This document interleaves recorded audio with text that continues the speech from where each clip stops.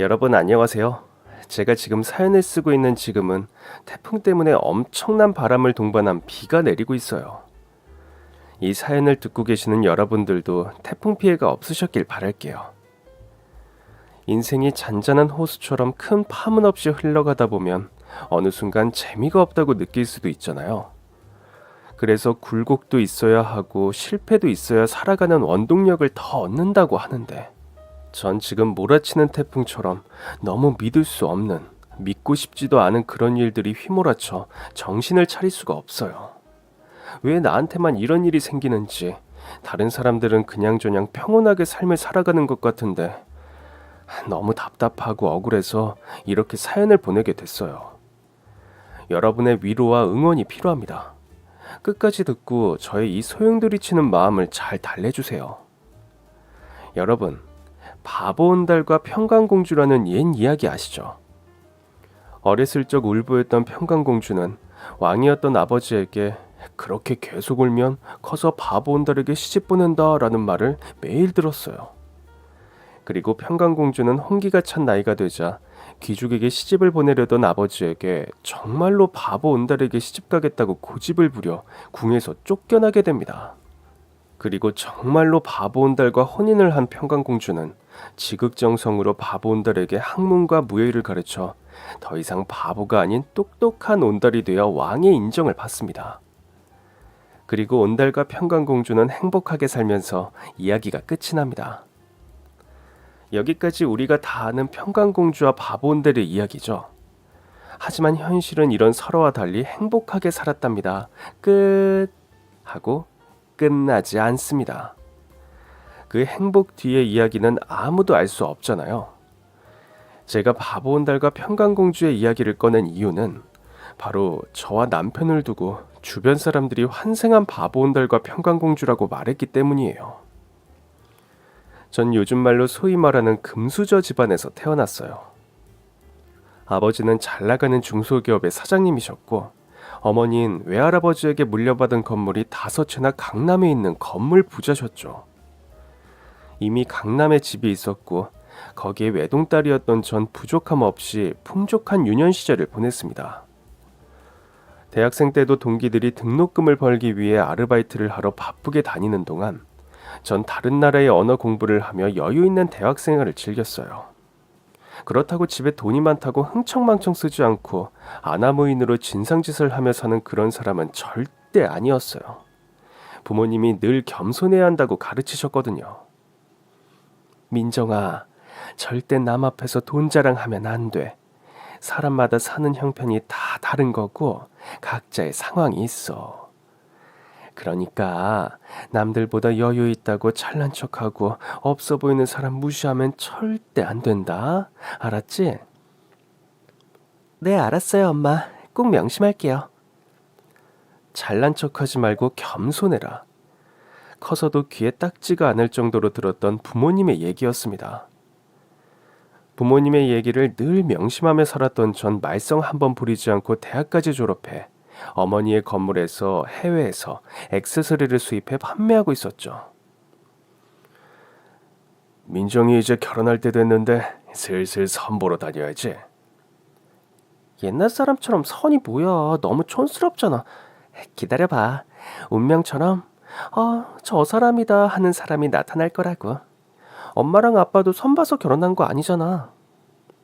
그러지 말고 엄마 친구 차영이 아주머니가 엄청 괜찮은 사람이 있다는데 한번 만나봐. 서울대 경영학과 졸업해서 지금 S전자 다니고 있대. 응? 일단 만나봐야 좋은 사람인지 아닌지 알 수 있지. 그런 자리 너무 부담스러운데. 처음이 어렵지. 한 번 보고 2번 보면 분명 너도 편해질 거야. 이번 주 일요일 오후 2시까지 F호텔 1층 카페로 늦지 않게 가. 알았지? 알았어요. 그렇게 부모님께 제대로 된 반항 한번 못 해보고 어머니가 말씀하신 시간에 맞춰 약속 장소에 나갔습니다. 그렇게 만난 소개팅남은 지루하고 자기 잘난 척만 하는 좀 재수없는 사람이었어요. 민정 씨는 유럽에 가보신 적 있나요? 대학생 때 방학하면 해외여행은 한 번씩 갔다 왔어요. 겨울에 갔던 로마와 밀라노가 제일 기억에 남아요. 아유, 피렌체를 안 갔는데 어떻게 이탈리아를 갔다 왔다고 할 수 있나요? 베니스도 안 가보셨으면서 그 베니스에 가면 으로 시작해 본인 자랑을 하기 시작하는데 어찌나 지루한지 언제쯤 이 사람에게서 벗어날 수 있나 속으로 생각하던 중이었어요. 차가워. 죄송합니다. 당신 지금 뭐 하는 짓이야? 당장 매니저 나오라 그래. 괜찮아요. 옷이 젖었을 뿐이에요. 너무 소란스럽게 그러지 말아요. 제 옆을 지나가던 직원이 중심을 잃고 찬물을 제 치마에 쏟고 말았죠. 물을 쏟은 직원은 당황해 어쩔 줄 몰라 하고 소개팅남은 마치 큰일이라도 난 것처럼 소란스럽게 굴었죠. 그리고 직원에게 괜찮다고 말하려고 얼굴을 쳐다봤는데 세상에, 제가 30년 가까이 기다렸던 이상형이 제 앞에 서 있었습니다. 이 사람이 바로 제 바보 온달입니다. 큰 키에 다부진 체격, 깨끗한 피부, 앞에 앉아있는 소개팅남보다 훨씬 깨끗하게 정돈된 머리 스타일, 그리고 은은하게 풍기는 섬유 유연제 향까지. 전 그렇게 호텔 카페에서 일하는 직원에게 홀딱 반해버리고 말았습니다. 왼쪽 가슴에 달인 이름표에 반짝이는 김은성이란 이름을 빠르게 외운 전 다음날 세탁비 명목으로 바로 은성 씨를 찾아갔습니다. 그리고 저흰 정말 급속도로 서로에게 빠졌고 급기야 결혼까지 약속하게 됐죠. 자기야, 아무래도 못할 것 같아. 그게 무슨 소리야. 내가 다 막아줄 테니까 걱정하지 마. 처음 저의 부모님을 뵈러 갔을 때 은성 씨는 정말 많이 긴장했어요. 왜냐하면 저희 부모님이 은성 씨를 마음에 들어하지 않았거든요. 대학도 제대로 졸업 못하고 호텔에서 생활비와 학비 때문에 허덕이며 생활하는 은성 씨가 별로라고 하셨어요. 그리고 처음 찾아뵙던 날 역시 은성 씨를 제대로 보지 않으려 하셨죠. 너는 왜 애써 고생을 하려고 해?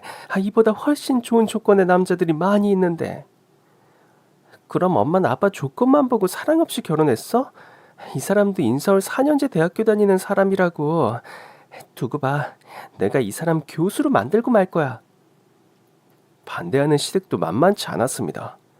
시아버지는 일찍 돌아가시고 아들 둘을 홀로 키우신 시어머니는 남편과 남편의 동생을 애지중지 키우셨어요. 고생 한 번 안 한 애가 무슨 집안일을 제대로 하겠어.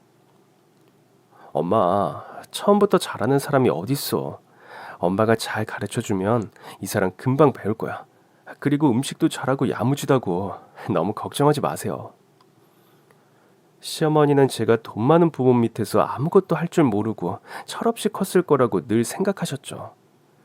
결혼 후에도 제가 뭘 해도 늘 마음에 들어하지 않으셨어요. 잡채에 넣을 채소를 이렇게 길게 썰어 넣으면 어떡하니? 그리고 간장을 얼마나 많이 넣은 거야? 색이 너무 검잖아. 이런 걸 어떻게 먹으라고? 어머님, 잡채는 소금보다 간장으로 간을 하는 게 더 맛있어요. 형님이 일부러 맛간장까지 준비해왔는데 한 입 드셔보세요. 고소하고 맛있어요. 시댁에 갈 때마다 너무 힘들었지만 제가 버틸 수 있었던 건 남편보다 3년 일찍 결혼한 서방님의 아내, 바로 동서였어요.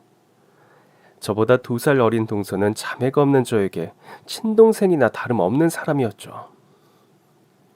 형님, 과일은 제가 깎을게요. 뒷정리만 도와주세요. 알았어. 설거지 내가 할 테니까 얼른 어머님 후식 챙겨드려. 어찌나 마음씨가 곱고 지혜로운지 그때쯤 남편은 대학을 졸업하고 석사 과정을 밟고 있을 때였어요. 전 외국에서 석사 과정을 밟길 원했지만 남편은 학부를 졸업한 대학교에서 석사 학위를 받고 싶다고 해서 열심히 논문을 준비하고 있었죠. 늘 공부하느라 바쁜 남편 없이 시댁에 가면 시어머니가 너무 무서웠어요. 오늘은 어떤 걸 가지고 트집을 잡으실까, 또 어떤 잔소리를 하실까 늘 두려웠죠. 하지만 동서 덕분에 긴장을 늦출 수 있었어요. 전 시어머니도 신경 쓰면서 남편의 교수 등용을 위해 온 힘을 다 쏟았어요. 남편의 학비는 물론 생활비까지 모두 제가 마련했죠. 작게 했던 액세서리 가게를 옷과 소품까지 파는 곳으로 확장해 돈을 열심히 벌었어요. 매일 먹는 학식이 지겨울까봐 늘 남편 점심 도시락과 간식 도시락을 챙기고 늦게 끝나든 일찍 끝나든 늘 남편을 데리러 갔죠. 나 당신 언제까지 고생시켜야 하는지 모르겠어. 교수 부인이 뭐 아무나 되나?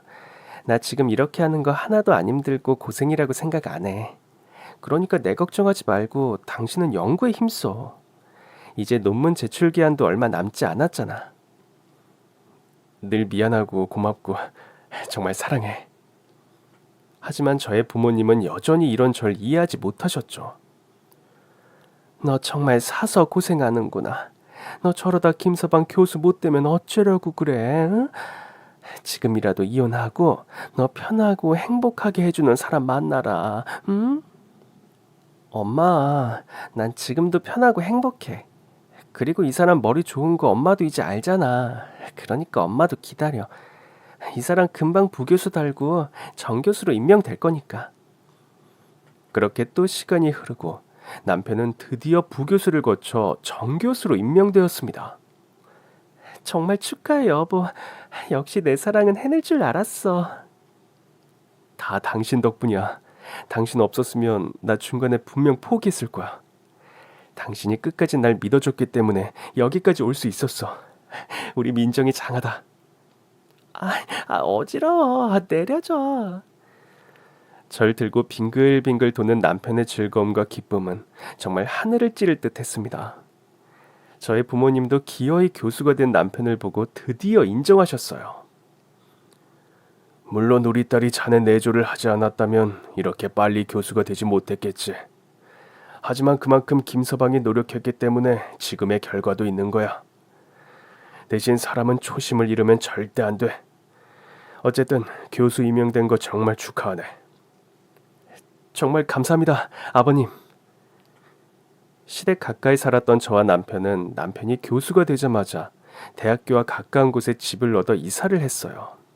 하지만 이 역시 시어머니는 마음에 들어하지 않으셨죠. 아파트 구조가 이게 뭐니? 쓸데없이 전실은 왜 있는 거야? 전실 때문에 거실이 더 좁아졌잖아. 콜라도 어디서 이런 아파트를 골라선. 어머님, 그래도 수납 공간은 훨씬 많잖아요. 형님하고 아주버님은 책도 많고 물건도 많은데 이렇게 수납 공간 넓은 곳에서 사는 게 좋아요. 그렇죠, 형님. 동서 말이 맞아. 어머님, 아무래도 이 사람 서재를 꾸며주려고 하다 보니까 물건을 넣을 공간이 마땅치 않더라고요. 그런데 이렇게 전실에 수납 공간이 잘 되어 있어서 좋아요, 어머님. 뭘 그렇게 많이 짊어지고 사려고 해. 다 버리면 되지. 시어머니는 늘 이런 식이었죠. 저도 참곤 못 사는 성격이라 어떤 날은 시어머니에게 대들고 싶은 날도 생기고 그랬어요. 하지만 그럴 때마다 동서가 절 많이 달래줬어요. 나 동서 없었으면 시어머니한테 대들었을지도 몰라. 항상 고마워. 형님, 어머님도 형님한테 관심이 있으시니까 저러시는 거예요. 관심도 없고 미워만 하면 새집까지 오셨겠어요? 하지만 시어머니는 절 볼 때마다 꼭 하나 이상씩 트집을 잡아 잔소리를 하셨어요. 밥 먹는 숟가락 젓가락이 다 거기서 거기지. 금 붙이라고 해서 뭐 더 밥맛이 좋아? 천박하게 지 부모한테 이런 것만 배워서. 에휴. 단골 손님께 고급 식기와 수저 세트를 선물 받았거든요. 그래서 시댁에 두고 손님 오실 때마다 사용하시면 좋을 것 같아서 선물로 드렸더니 역시나 좋은 말은 나오지 않았습니다. 다 필요 없으니 가져가라. 내가 이런 거 가져온다고 널 좋게 봐줄 것 같아? 어머님 댁에 손님도 많이 오시는데 이왕이면 좋은 식기로 음식 대접하시면 좋잖아요. 전 어머님 생각해서 준비한 건데 그렇게 말씀하시면 어떻게 해야 할지 모르겠어요. 어머님 이것 보세요. 장인이 직접 만든 거라고 하더니 정말 섬세해요. 이런 그릇에 식사 대접을 받으면 기분도 정말 좋을 것 같아요. 너도 첫째한테 물들었니? 아휴, 둘 다 시끄럽다. 시댁에서 쫓겨나듯이 나온 전 동서와 함께 근처 카페에 가서 하소연을 했습니다. 시어머니는 그냥 내가 하는 모든 게 다 싫으신 거야. 난 정말 어머님 생각해서 가져온 건데 그냥 다 마음에 안 든다, 다 싫다, 맛없다 이런 얘기만 하시잖아. 형님, 너무 마음 쓰지 마세요. 어르신들 말은 저렇게 해도 마음은 안 그런 거 아시잖아요. 너무 걱정하지 마세요.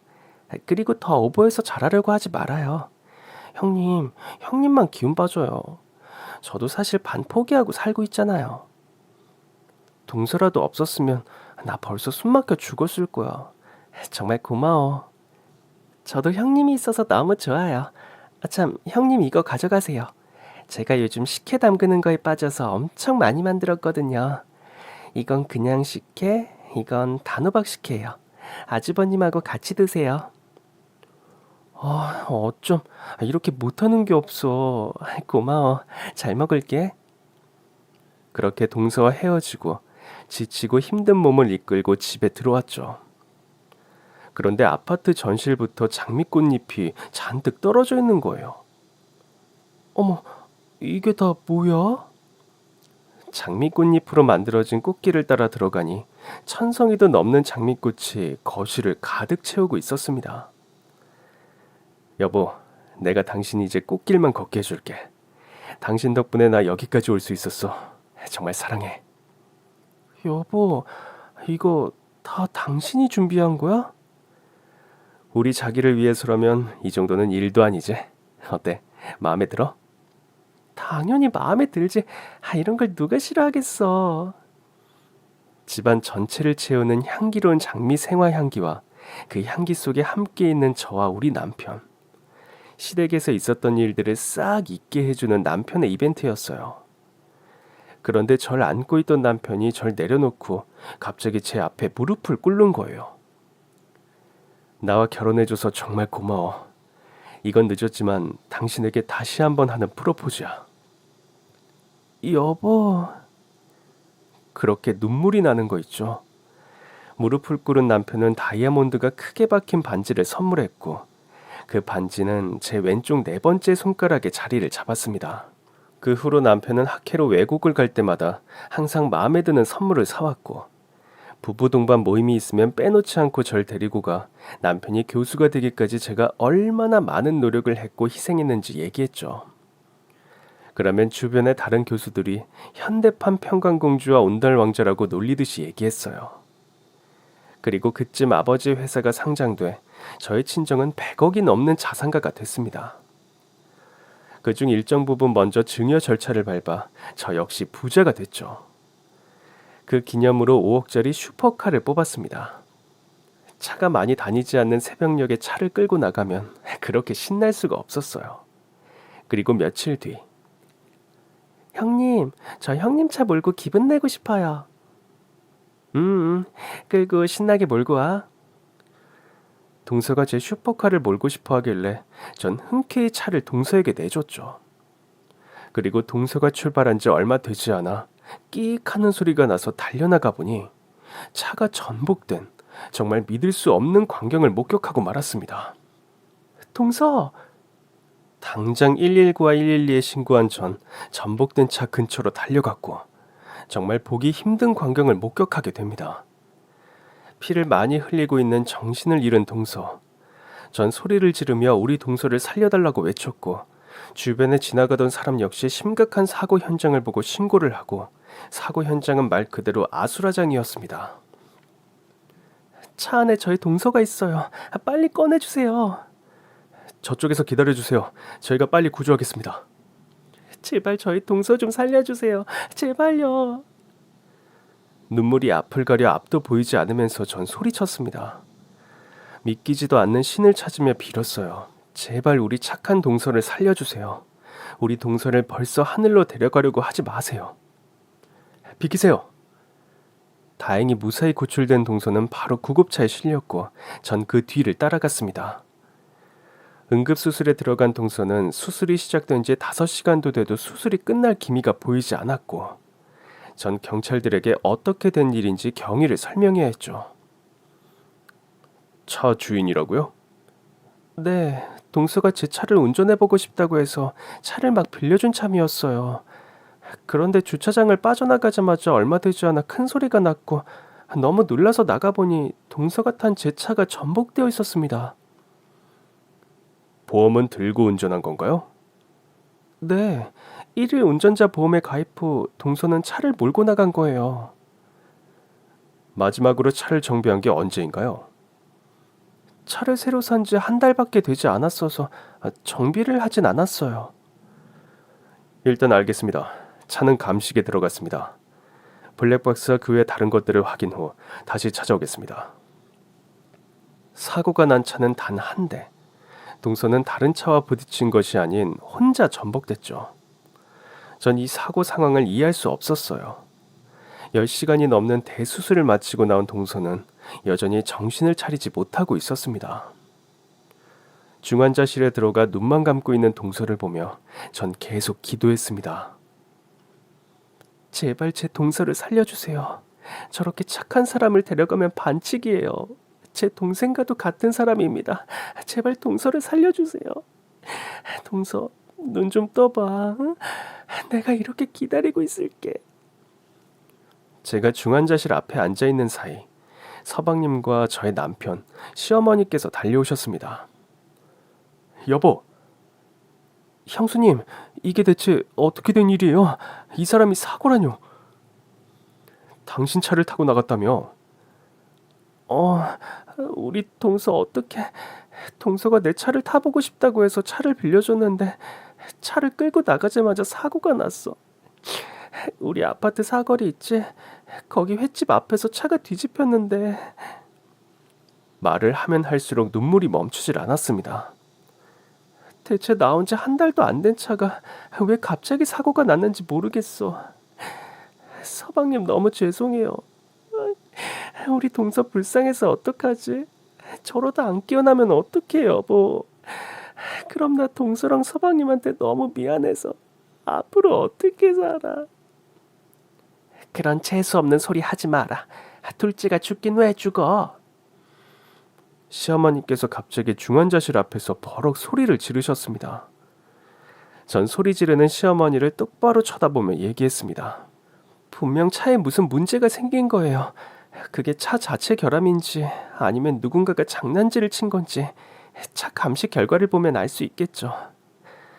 동서는 무슨 일이 있어도 깨어날 거예요. 그래서 차에 어떤 일이 있었는지 다 얘기해 줄 거예요. 그렇게 말을 하고 중환자실을 나왔습니다. 절 언제나 싫어했던 시어머니와 한시도 같은 공간에 있고 싶지 않았어요. 그렇게 자리를 뜨는 절 남편이 급하게 쫓아왔습니다. 당신이야말로 괜찮아? 왜 이렇게 손을 떨어? 괜찮아. 너무 걱정하지 마. 재수씨 금방 괜찮아질 거야. 그런데 대체 어쩌다가 사고가 난 거야? 응? 전 남편의 괜찮다는 말에 눈물부터 났습니다. 다리가 너무 떨려 더 이상 걸을 수가 없었어요. 여보, 다 나 때문이야. 내가 동서에게 차만 빌려주지 않았어도 이런 사고 나지 않았을 텐데. 어쩌지? 나 서방님하고 동서한테 너무 미안해서 어떡하지? 응? 여보. 정신 차려. 어쩌면 당신이 저 자리에 누워있을 수도 있었다고. 당신은 그 와중에 그런 걱정을 해? 당신이야말로 제정신이야? 남편의 소름 끼치는 대답에 전 치가 떨렸어요. 그래 맞아. 내가 끌고 나갔으면 이 사고는 내가 당했을 거야. 하지만 지금 동서가 생사의 앞에서 싸우고 있는데 당신 눈치가 있으면 그런 얘기 하면 안 되는 거야. 동서랑 서방님한테 미안하지도 않아? 알았어 미안해. 당신도 조금만 진정해. 당신 이렇게 힘들어하면 재수씨가 깨어났을 때 많이 미안해하고 힘들어할 거야. 응? 알았지? 내가 옆에 있잖아. 고마워. 근데 당신 수업은 어쩌고 왔어? 일단 부교수랑 조교한테 맡기고 왔어. 그래도 내일부턴 다시 수업하러 가야 해. 당신 혼자 있을 수 있지? 나 괜찮아. 나야말로 더 정신 차리고 있어야지. 그렇게 남편의 위로를 받고 마음을 진정시킬 수 있었어요. 그리고 며칠 뒤 동서는 여전히 깨어나지 못하고 있고 지켜보는 가족들의 마음은 찢어지고 또 타들어가 어떻게 수습이 안 되는 상황이었습니다. 동서 기억나? 동서가 나 힘들 때마다 별거 아니라고 잊으라고 옆에서 위로해줬잖아. 중요한 건 꺾이지 않는 마음이라면서. 나 동서가 해준 말 생각하면서 동서가 깨어나길 기다리고 있어. 동서가 저번에 준 식혜 다 마시기 전에 우리 동서 깨어나는 거다? 알았지? 그때 경찰서에서 연락이 왔습니다. 강민정 씨 되시죠? 네, 그런데요. 여기 경찰서입니다. 사고 차량 감식 결과가 나와서 연락드렸습니다. 일단 블랙박스는 너무 심하게 훼손되어 확인이 불가능한 상황이에요. 블랙박스가 심하게 훼손됐다고요? 네. 사고가 나고 차가 가로등에 부딪히면서 블랙박스 메모리 카드 부분이 심하게 훼손됐습니다. 그럼 사고 원인을 어떻게 밝혀요? 사고 원인은 밝힐 수 있습니다. 차체에 결함이 있더군요. 차에 결함이 있다고요? 차에 브레이크 오일선이 잘려 있었습니다. 네? 브레이크 오일선이 잘려 있었다고요? 그게 그렇게 쉽게 잘릴 수 있는 겁니까? 더 조사해봐야 알겠지만 누군가가 고의적으로 잘랐을 수도 있습니다. 그 점을 염두에 두세요. 혹시 주변에 원한을 샀거나 의심 가는 사람이 있습니까? 전 전화를 끊자마자 당장 시어머니에게 달려갔습니다. 경찰과 전화를 끊고 제일 먼저 생각나는 인물이 시어머니였어요. 어머님이죠? 어머님이 날 죽이려고 일부러 차에 장난질 친 거죠? 너 지금 그게 무슨 말이냐? 어머님이 제 차 브레이크를 고장나게 한 거잖아요. 난 그런 거 할 줄 모른다. 생사람 잡지 마. 어머님은 평소에 저희 집 돈이 많은 걸 늘 마음에 안 들어 하셨잖아요. 마치 돈만 있으면 다 해결되는 것처럼 산다고 늘 무시하셨죠. 그런 내가 돈을 더 많이 벌어 100억대 부자가 됐으니 얼마나 눈꼴 시려우셨겠어요. 이게 뚫린 입이라고 아무 말이나 찌꺼리고 있어. 뭘 해도 전부 마음에 안 들어하고 늘 잔소리 화까지 내셨잖아요. 대체 어머님이 제가 한 일 중에 마음에 들어한 게 뭐예요? 처음 결혼할 때 예단 준비부터 못마땅해 하셨잖아요. 그래서 이 기회에 절 아예 치워버릴 생각으로 그러신 거 아니냐고요. 사람이 마음만 먹으면 못할 일도 없잖아요. 생사람 잡지 마라. 그래, 나 너 마음에 들어 한 적 없다. 뭐든지 돈으로 해결하려고 하는 네 행동도 싫고 교수 마누라랍시고 으스대고 다니는 것도 꼴사 나왔다. 아들이 교수 됐다고 자랑하고 다닌 건 어머님도 마찬가지잖아요. 그 교수 아들 누가 만들었는데요. 어머님이 10원 한 푼이라도 보태준 거 있으세요? 제가 남편 교수 만들기 위해서 어떤 일까지 했는데요. 그런데 어머님은 이 사람 고생한다고 도시락 한 번 싸주신 적 없잖아요. 제가 아무리 싫어도 본인 아들까지 싫어하시는 건 아니죠. 이것도 모자라 이제 절 죽이려고까지 하신 거예요? 네? 제 앞에 앉아있는 시어머니가 너무 무섭고 소름이 끼쳤어요. 혹시나 이 자리에서 죽이지 못한 절 다시 죽이려고 하시는 건 아닐까 겁이 나서 또 몸이 덜덜 떨리기 시작했어요. 제가 죽길 바라셨을 텐데 동서가 저렇게 돼서 아쉬우시겠어요. 저 이렇게 앞에 있잖아요. 어디 한번 제대로 죽여보세요. 네? 죽여보시라고요. 닥치지 못해? 이게 어디 어른 앞에서 막말이야. 난 널 죽이고 싶은 만큼 그렇게까지 널 싫어하지 않는다고. 그럼 대체 누가 그랬냐고요. 누군가가 절 죽이려 했는데 저 대신 동서가 화를 입었잖아요. 그리고 어머님은 늘 절 싫어했고 눈엣 가시처럼 여기셨잖아요. 동서가 사고 나기 며칠 전에도 어머님은 제가 직접 만들어 놓은 옷이 박음질이 잘못됐다고 하시며 그냥 던지셨잖아요. 도대체 어머님은 저를 얼마나 미워하시는 거예요? 절 죽이고 싶을 만큼 미워하시는 거 아니면 어떻게 그렇게 사사건건 다 트집을 잡으시냐고요. 제 말이 끝나기가 무섭게 어머님은 자리에서 일어나더니 그동안 제가 선물로 드린 물건들을 하나름 안고 나오셨습니다. 이거 기억하지? 이거 전부 네가 나한테 준 것들이다. 넌 이게 예쁘다고 생각하냐? 그 물건들은 전부 한정판으로 나온 것들로 다른 사람들은 없어서 못 구하는 것들이었어요. 어머니, 정말 세상이 어떻게 돌아가는지 모르시네요. 그거 전부 지금 구하고 싶어도 못 구하는 가치 있는 것들이에요. 그만큼 소중한 물건이고 저에게 어머님이 소중하기 때문에 힘들게 구해서 선물해 드린 거라고요. 그런데 어머님은 고맙다는 말 한마디 안 하시고 그냥 구석에 처박아 두신 거죠. 그렇죠? 난 이런 거 필요도 없어. 그리고 이런 물건으로 내 환심 사려고 하는 네 행동이 못마땅했을 뿐이다. 가만히 보니 저와 이 사람이 이혼할 것 같진 않고 그럴 바엔 제가 눈앞에서 사라지는 게 좋을 것 같아서 제 차를 그렇게 만들어 놓으신 거죠. 네가 아무리 싫어도 난 그런 짓은 안 해. 아휴, 이게 보자 보자니까 정말. 괜찮아요. 어차피 경찰이 수사 시작했고 범인이 누군지 금방 밝혀지겠죠. 그때 가서 보자고요, 어머님. 전 가방을 챙겨 그대로 시댁을 나왔습니다. 그리고 집에 들러서 옷을 갈아입고 이것저것 챙겨 다시 병원으로 향했죠. 생사의 갈림길에 서 있는 동서는 여전히 눈을 뜰 기미가 보이지 않았고 저와 서방님이 번갈아 불침번을 서며 동서 곁을 지켰어요. 중환자실엔 함부로 들어갈 수도 없어서 그 앞에선 늘 서성거리며 혹시나 동서에게 무슨 일이 생기는 건 아닐까 늘 불안하고 초조해하며 동서가 깨어나기만을 기다렸습니다. 형수님, 여기는 제가 있을게요. 형수님 너무 무리하지 마세요. 아니에요, 서방님. 다 저 때문에 난 사고예요. 이 사고는 절 노리고 벌인 사고가 틀림없어요. 지금 저 침대엔 동서가 아니라 제가 누워 있었어야 해요. 너무 죄송해요, 서방님. 저희 집사람 무슨 일이 있어도 깨어날 겁니다. 깨어나서 그날 차 안에서 무슨 일이 있었는지 다 증언할 거예요. 그리고 지금 경찰도 수사 중이잖아요. 금방 범인이 밝혀질 거예요. 그렇게 서방님과 두런두런 얘기를 하고 있는데 갑자기 중환자실에서 삑삑 하는 불길한 소리가 들렸습니다. 그 소리가 난 곳은 다름 아닌 동서의 침대였고 놀란 저와 서방님은 의사와 간호사를 불렀고 중환자실에 있던 담당 선생님들도 동서에게 뛰어갔죠.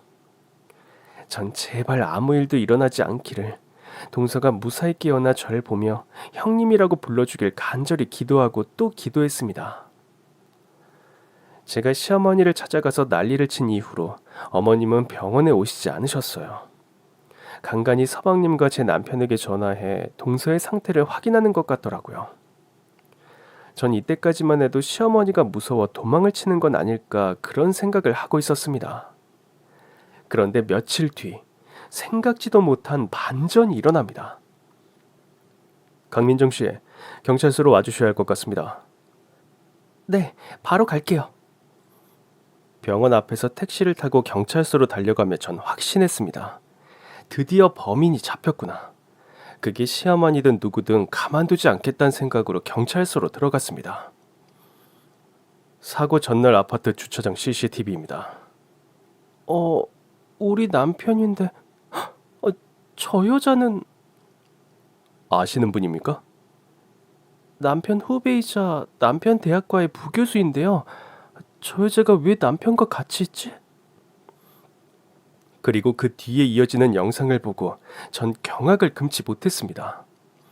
이 영상을 잘 보시면 아시겠지만 두 사람이 지금 차에서 뭘 하고 있죠? 네, 설마... 여기 영상 속 두 사람이 민정 씨 차의 브레이크를 고의적으로 고장낸 것 같습니다.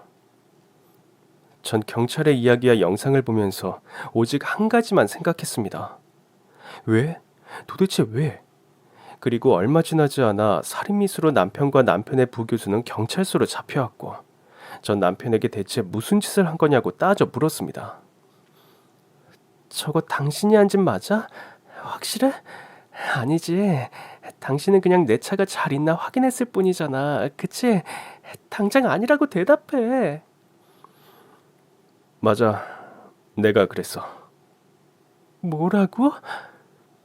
내가 당신 죽이려고 했다고. 대체 왜? 돈 때문에 그랬다. 돈 때문에. 당신이 많이 갖고 있는 돈이 탐나서 그랬어. 전 남편의 말을 믿을 수가 없었어요. 고작 제가 부모님한테 물려받은 돈 때문에 이런 미친 짓을 했다고? 전 병원에서 생사를 오가며 고생하고 있는 동서의 얼굴이 떠올라 참을 수 없어 남편의 뺨을 갈겼습니다. 너 같은 자식이 대학 교수야? 이런 미친놈이 무슨 학생을 가르쳐? 내 돈이 그렇게 탐났어? 겨우 그 돈 때문에 살인을 저지른 거냐고. 당신 지금 중환자실에 누워있는 동서 보고 무슨 생각했어? 내가 저 자리에 누워있었어야 했는데 동서가 저렇게 돼서 아쉽다고 생각한 거야? 그래? 맞아요. 저희는 정말 아쉬웠어요. 하필 그 타이밍에 눈치도 없이 당신 동서가 당신 차를 타고 가는 바람에 우리 계획이 다 수포로 돌아갔다고요. 안 그랬으면 당신 재산과 보험금까지 전부 우리가 가질 수 있었는데. 뭐? 그래, 너 말 잘했다. 너야말로 왜 여기에 휘말려서 불쌍하게 이러고 경찰서에 앉아있니? 원래 사랑하면 뭐든지 같이 희생하고 같이 고생하는 거예요. 사랑? 당신이 사랑에 대해서 알아요? 돈만 바치면 그게 사랑인가? 교수님과 제가 하는 게 진정한 사랑이라고요. 아이도 낳지 못하는 당신 같은 여자를 지금까지 데리고 산 교수님이 너무 불쌍하지 않으세요? 너 뭘 단단히 잘못 알고 있는데 저 인간 정자 없어. 애는 내가 문제가 아니라 저놈 때문에 못 낳은 거라고. 알지도 못하면서 설치고 있어. 뭐 그런 건 중요하지 않아요. 어쨌든 당신은 우리 교수님 껍데기만 데리고 산 거고 진짜 마음은 저한테 있는 거니까 그걸로 만족해요. 전. 그쵸, 교수님? 남편 놈은 부교수의 말에 부인도 하지 않고 그저 애틋하게 쳐다만 보고 있더라고요. 웬만하면 경찰서에서 소란 피우지 않으려고 했는데 눈앞에서 두 인간이 꼴값 떠는 걸 보니 어차피 오늘이 마지막 만남이 될 거 왜 참지라는 생각이 들자마자 부교수의 머리끄댕이를 잡고 머리가 뽑힐 정도로 흔들었습니다. 떳떳하지도 못한 이런 불륜 저지르는 게 뭐가 그렇게 당당해? 뭐? 내가 데리고 산 건 그저 껍데기일 뿐이라고? 저 여기서 이러시면 안 됩니다. 이거 안 놔? 수갑이 채워진 손으로 이 여잔 아무것도 못하고 그저 소리만 지를 뿐이었습니다. 손발이 자유로운 전 이 부교수가 함부로 입을 놀리지 못하게 입부터 한 대 때리고 머리를 쥐어뜯기 시작했습니다. 너 말 잘했다. 그래, 어디 가서 저 인간 손잡고 이 사람이 제가 사랑하는 사람입니다 라고 떳떳하게 말할 수 있어? 네가 가르치는 학생들 앞에서 말할 수 있냐고. 넌 교수는 말할 것도 없고 그 무엇도 될 수 없는 분리수거도 불가능한 그냥 쓰레기일 뿐이야. 그거 알아? 감히 내가 키운 온다를 가로채서 네 거 행세를 해. 그래서 좋았니? 내 차 브레이크선 자를 때 쾌감을 느꼈어? 아주 둘이 사이좋게 손잡고 와서 내 차를 건들고 있던데 이런 사이코패스 같은 년놈들. 경찰들이 달려와 저와 부교수를 떼어놓았지만 전 참지 않고 이번엔 남편놈에게 달려들었습니다. 그리고 있는 힘껏 남편의 중요 부위를 발로 차고 꾹 눌러버렸죠. 이딴 쓸모도 없는 건 왜 달고 다녀? 그래도 제 기쁘게는 해줬나 보다. 저 정신 나간 게 애 얘기까지 하는 거 보니까 난 끝까지 오래 살아서 네가 고통받으면서 죽는 꼴까지 다 보고 죽을 거야, 이 배신자야. 재판에서 봐. 내가 그동안 너 교수 만들려고 바친 돈부터 뭐 하나 빼놓지 않고 싹 다 돌려받을 거니까 그거 어떻게 돌려줄지 생각이나 하고 있어. 이제 그만하세요. 여기서 이렇게 소란 피우시면 안 된다고요. 일단 오늘은 돌아가세요. 이 사람들 데리고 가. 경찰서에서 쫓겨나다시피 나온 전 경찰서 앞에 어쩔 줄 모르며 서 있는 시어머니와 마주쳤습니다. 예, 첫째야. 어머님, 아주 훌륭한 아들 두셨습니다. 그동안 살인자를 키우고 계셨네요. 네? 내가 잘못했다. 내가 자식 새끼를 잘못 키웠구나. 정말 미안하다. 너한테도 미안하고 병원에 있는 둘째한테도 너무 미안하다. 말로만 미안하다고 하면 다예요? 동서는 지금 저러다 죽을 수도 있는데 여자에 미친 당신 아들 때문에 우리 모두 죽을 뻔했다고요. 그렇게 돈에 초연한 척 관심 없는 척 하더니 당신 아들은 아주 돈에 환장한 놈이었네. 그 돈에 미친 유전자는 대체 어디서 온 겁니까? 당신 자격지심 때문에 나 그렇게 못살게 군 거잖아. 당신은 갖고 싶어도 가질 수 없는 것들을 며느리가 가지고 있으니까 질투한 거잖아. 그래서 그 결과가 뭐야? 당신 아들은 바람까지 피면서 아내 목숨을 빼앗아 돈을 차지하려 했고, 당신 둘째 아들은 형 때문에 아내를 잃게 생겼어. 이거 다 어떻게 책임질 거냐고. 시어머니는 제가 쏟아내는 악다구니를 그대로 받으며 제 앞에서 무릎을 꿇었습니다. 미안하다. 네가 하라는 대로 다 할게. 제발 우리 아들을 용서해다오. 응? 민정아. 시어머니는 난생 처음 친근하게 제 이름을 부르며 남편의 용서를 구했습니다. 그러나 전 너무 소름 끼쳤어요. 살인자인 아들을 구하기 위해 이제 와서 절 그렇게 부른다고 뭐가 달라지나요? 남편은 상간녀와 함께 아내를 죽이기 위해 아내의 차를 망가뜨렸고, 그 차를 저 대신 타고 나간 동서는 지금 죽기 일보 직전인데, 용서는 저 말고 서방님과 동서에게 구하세요.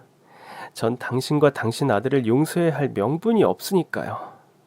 그리고 당신 아들 정말 살인자 만들기 싫으면 동서가 깨어날 수 있도록 기도나 열심히 해요. 뒤에서 시어머니가 절 부르는 소리가 들렸지만 전 무시하고 동서가 누워있는 병원으로 향했습니다. 서방님 역시 소식을 들었는지 망연자실하게 병원 복도에 앉아있더라고요. 이게 다 형이 그랬다고요? 네. 형이 형수님을 죽이려고 이런 짓을 꾸몄다고요? 네. 그런데 동서가 저 대신... 생각하면 생각할수록 분하고 화가 나서 눈물이 멈추질 않았어요. 사람이 어떻게 그런 짓을 겁도 없이 저지를 수가 있죠? 형이 제 아내를 걱정했던 건 진심으로 걱정이 돼서가 아니라 형수님 대신 저의 아내가 화를 입어서 그런 거였겠네요. 전 서방님의 질문에 아무 말도 할 수 없었습니다. 그리고 얼마 후 남편놈과 남편의 부교수의 재판이 열렸습니다. 징역 10년에 처한다. 판사님이 봉을 내려치고 두 사람은 항소를 준비해야겠다고 신성한 재판장에서 난리를 쳤습니다. 어디 마음대로 해보라고 하세요.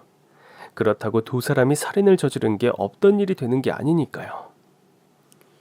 법원에서 오랜만에 시어머니도 만났지만 전 모른 척 지나쳤습니다. 더 이상 살인자의 엄마와 말을 섞기 싫었거든요. 그리고 남편과 이혼한 마당에 이제 제 시어머니도 아니잖아요. 시어머니는 그래도 제 아들이 저렇게 형을 받은 게 억울한지 뭐라도 말이라도 얹으려고 하더라고요. 괜히 긁어부스럼 만드는 것도 모르고 말이죠.